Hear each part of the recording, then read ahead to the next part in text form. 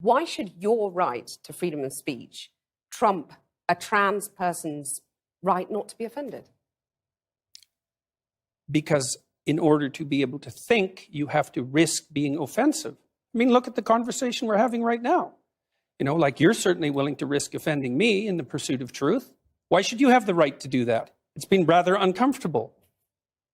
Well, I'm very glad I put you on the spot. Well, I'm very glad that I have exercised my freedom of speech. You get my point. It's like you're doing what you should do, which is digging a bit to see what the hell's going on. So and that is what you should do. But you're exercising your freedom of speech to certainly risk offending me. And that's fine. I think more power to you as far as I'm concerned. So you haven't sat there and I'm just trying to work that out. I mean, gotcha. You have got me. I'm trying to work that through in my head. Yeah. If pain is more real than anything else, what's even more real than pain is whatever we have to fight off the pain. And that's free speech. It's identical with freedom of thought. It's associated with this capacity and necessity to listen deeply. They're flip sides of the same coin, to use a terrible cliche. That's why free speech is not just another freedom or right among many. It's certainly not viewpoint diversity or anything like that. It's the mechanism by which we generate the conceptions that allow us to organize our experience in the world. Why are you against the use of alternate pronouns?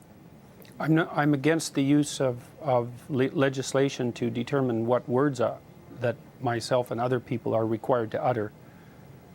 But would you use alternate pronouns if a student asked you to?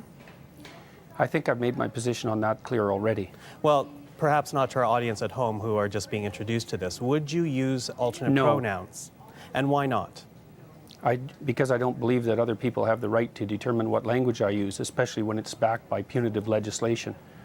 And when the words that are being required are the constructions, they're artificial constructions of people I regard as radical ideologues whose viewpoint I do not share. I also do not believe that free speech laws were there to protect, to regulate violence. Free speech laws are there because we use free speech to identify problems in our society, generate solutions to the problems, and then reach a consensus. So freedom of speech is actually is protection for the mechanism by which our individuals and society properly orient themselves across time. It's not even a principle, it's the fundamental method by which our societies manage to maintain the stability that they do maintain.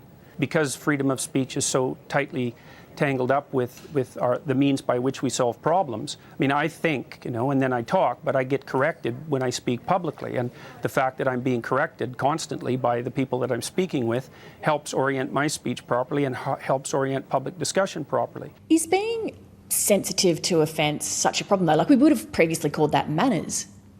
It's a terrible problem. So imagine okay, so the rule is you can't offend anyone, all right?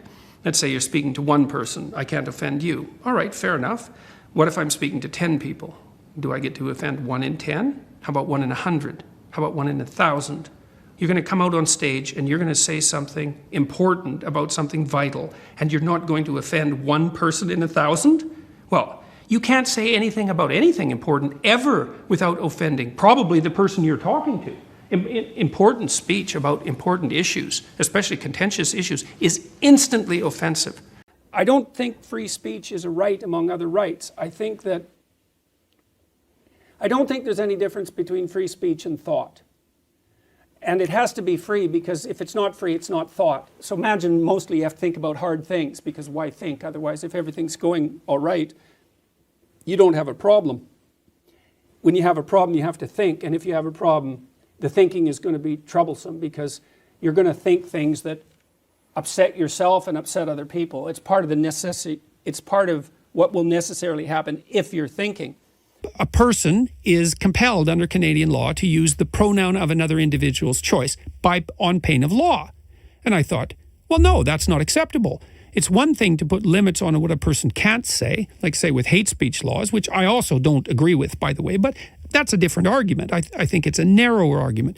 But to compel me to use a certain content when I'm formulating my thoughts or my actions under threat of legislative action, I thought, no, what's happened there is the government has introduced compelled speech legislation into the private sphere. It's never happened in the history of English common law. And so I said, there's no way I'm abiding by that. I don't care what your damn rationale is. We're compassionate. It's like, no, you're not. No, you're not.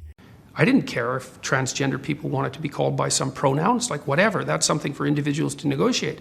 When the government makes that a compulsion and insists in their legislation that biological sex, gender identity, gender expression, and sexual proclivity vary independently, it's like, no, they don't. That's wrong factually, and you're not going to compel my speech. I don't care what your damn justification is. So you see that as, am I right in that you see that as a curtailing of freedom? It's worse than a curtailing of freedom. It's a demand that the population uses a certain kind of linguistic approach. It's an appropriation of speech. There's no excuse for that. That never has happened once in the history of English common law, right? It's a barrier that we do not cross. Hate speech laws are bad enough. It's not like there's no hate speech. Like anyone with any sense knows that there's hate speech. Who's going to regulate it?